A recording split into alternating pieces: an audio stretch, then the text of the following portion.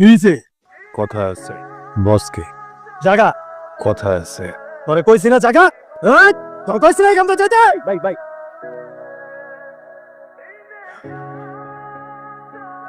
কি কথা? আপনার পোলা ভাই নাম এ নাকি যা ভিতরে যা।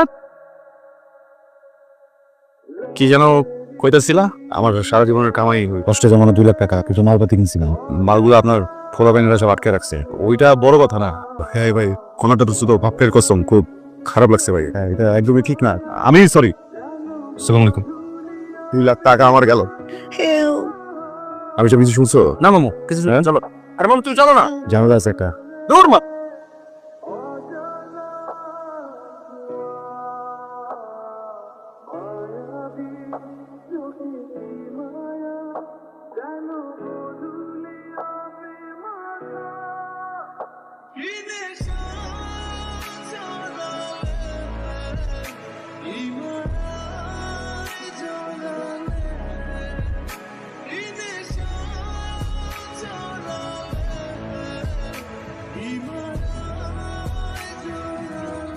রিপোর্ট আসেন কেমনে?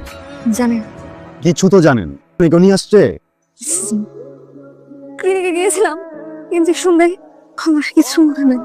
যখন আমার জ্ঞান ফিরে একটা রুমের ভেতর অনেকগুলো মেয়েরা একটা লোক এসে আবার আমাদের ইঞ্জেকশন দিয়ে চলে যাচ্ছিল। বাপের কসম, এমন আমি গল্প শুনে কিছুই বুঝলাম না। এখানে কেন আসছে? কোন চেহারা? না। আফতাব? হ্যাঁ।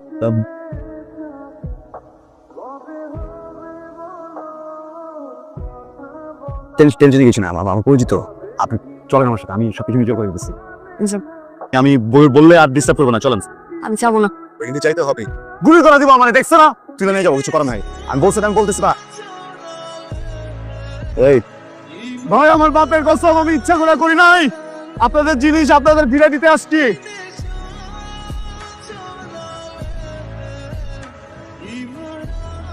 ভাই ভাই ভাই ভাই ভাই ভাই আমি বুঝতে পারি নাই ভাই, ভুলে গেট খুলে ফেলছি ভাই। কোনো ঝামেলা ছিল না ভাই। ভাই ভাই ভাই ভাই ভাই ভাই ভাই ভাই গুলি করুন না ভাই, অনেক বড় বিপদে পড়ে যাবো ভাই। এইখান থেকে নড়িস না। বস, ভাইটাকে তো পাওয়া গেছে, ওই পোলাটা নিয়ে আসছে। এখন পোলাটাকে কি করবো? ছেড়ে দিই? খানকির বলা, তাহলে তো আমাকে সব কিছু ফাঁস হয়ে যাবে।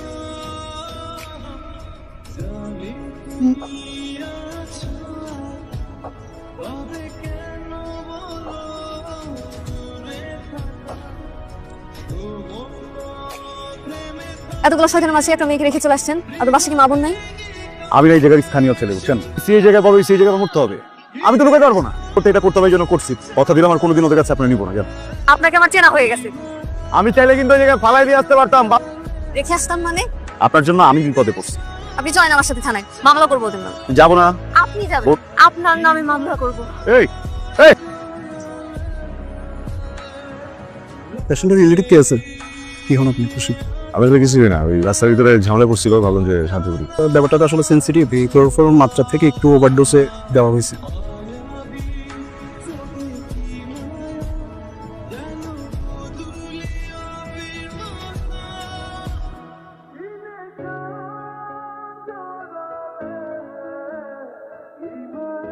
আস্তে আস্তে খান, ওকে বাপের আপনার খুঁজে যাবো না। কিন্তু একটা করছে কেন, রিজনটা কি? জানি না, আমার মনে হয় ওরা আমাদের পাচার করে দেবে।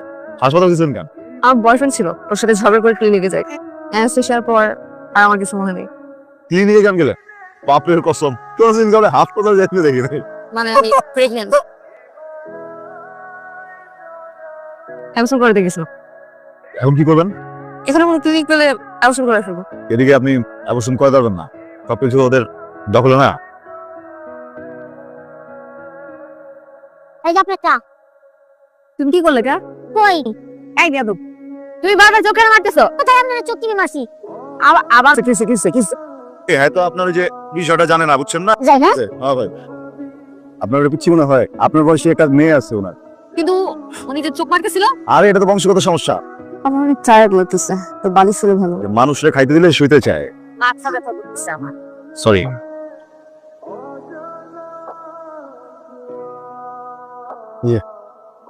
উঠবেন, আমি কাছে আসছে না, বা পাশের পাজরে কি যেন হয়। সরি, আমি আসি এদিকে।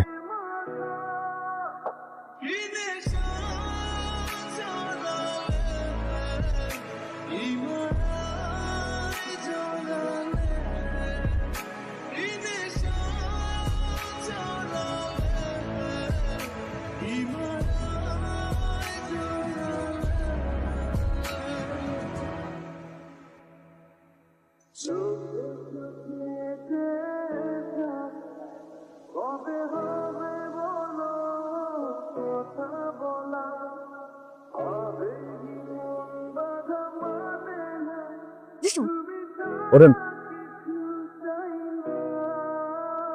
মামু চল আর এই জায়গায় একটা সেকেন্ড সময় নষ্ট করে যাব।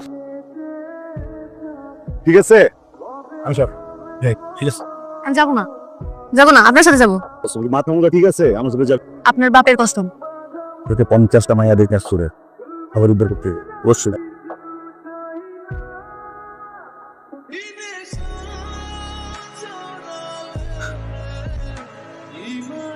আমি আমার বাপ ছাড়া নিকেও থাকে না। আঙ্কেল কোথায়? চলুন। আঙ্কেল এইটাই আমার আব্বা।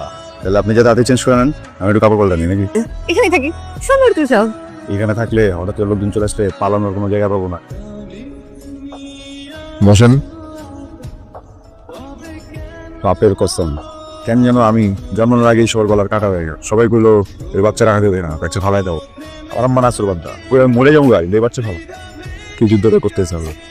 সবাই মিলা মশলা টশল নিয়ে আসছে, আমার আম্মার বাড়ি জ্বালাই দিই বুঝতে জ্বালাই দেওয়া।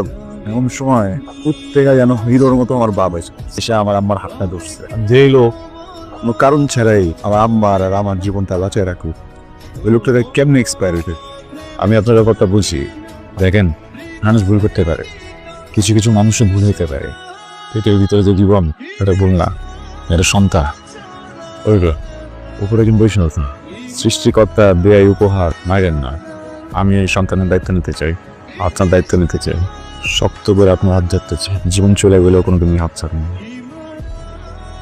আরে হবার কিছু নাই, মন থেকে বলি নেই।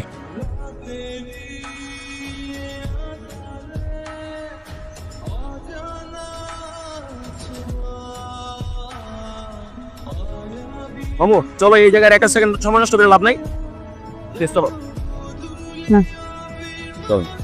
আপনি না বলছিলেন বাচ্চার দায়িত্ব নেবেন, কখনো হাত ছাড়বেন না, হাত তো ছেড়ে দিলেন। আপনার নামটা জানা হয় না? তানহা। রাফসান। বোটের রাস্তায় অনেক ঠান্ডা, বাচ্চার মা দুইজনের জন্যই অনেক ক্ষতিকারক। বাচ্চার বাবা অনেক কষ্ট পাবে। বাপে প্রশ্ন